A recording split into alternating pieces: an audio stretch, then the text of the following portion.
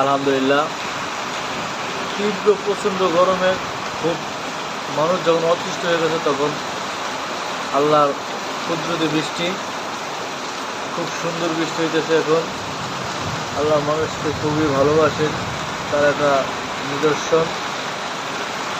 যে প্রচণ্ড গরম গেছে, কলিজা পুড়ে যাওয়ার মতো গরম, সে থেকে এখন খুব সুন্দর একটা বৃষ্টি হইতেছে, মরিমান পরিবেশে বৃষ্টি, অসাধারণ বৃষ্টি হইতেছে।